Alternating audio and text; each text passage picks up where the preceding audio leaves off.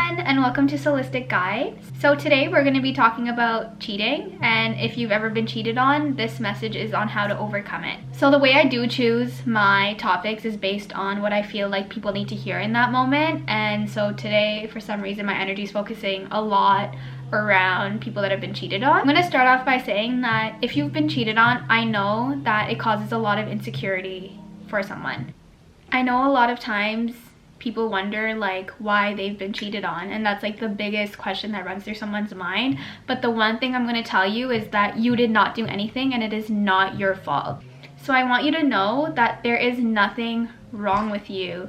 They did not make this decision because of how you are with them. You could treat someone so amazing, you could treat them like a prince or a princess, and a lot of times some people still end up cheating. It has nothing to do with how you're treating them. It has a lot to do with what they're suffering with inside. A lot of people torture themselves about, you know, like where they went wrong or what they could have done better. I'm telling you, if you gave your relationship 100%, then there's nothing else that you could have done differently. I know a lot of the times you're going to be seeking answers as to why something had happened, but many people aren't going to give you that clarification because a lot of the times people that even end up in that position don't know why it happened. At that point, I would just recommend like taking a step back and obviously having to cut ties with whoever cheated on you if you feel that you can't move forward with them anymore. Again, there are some people who are able to make it work and are able to forgive the person that cheated on them, but obviously that's not the case for everyone. If this is something that's happened a numerous amount of times, obviously then you need to reevaluate your relationship. You do not want to be with someone who's doing that repeatedly. I think the main focus should be on bettering yourself. So if you've been cheated on and you're completely hurt right now, I totally understand like what you're going through. The most important thing is that you pick yourself up, you tell yourself that it is not you and that you couldn't have done anything differently. Start doing things to make yourself feel better. So if you have to exercise, then just do it. Put all that love and energy that you put into the relationship into yourself, because you deserve that now. I know this is easier said than done, but don't go down a negative path. As hard as it is, try to stay positive. Go out with your friends, have a good time, go out with family, see people who are there for you and that care for you. And those are the people that you should be talking to during this time. The most important thing that a lot of people do is they start battles with the person that their significant other had cheated with. I highly recommend that you don't do that. I think that starting battles with someone that your significant other cheated with is not going to help you in any sort of way.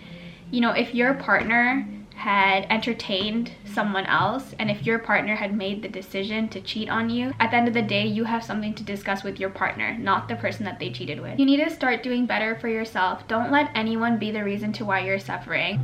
Once you start loving yourself, you're going to realize that you're going to find someone who fits perfectly into what you're seeking. I know it hurts, and I know you probably feel so worthless right now, and I know there's some people who cry like every night over this and don't talk to anyone about it because they feel like no one's gonna understand. But the most important thing is that you know you're gonna be okay, and like someone who really appreciates and cares for you will come along. Okay, so I know this is like known to be petty for a lot of people, but I think that if there's someone that cheated on you and you want nothing to do with them right now, it is okay to remove them off social media.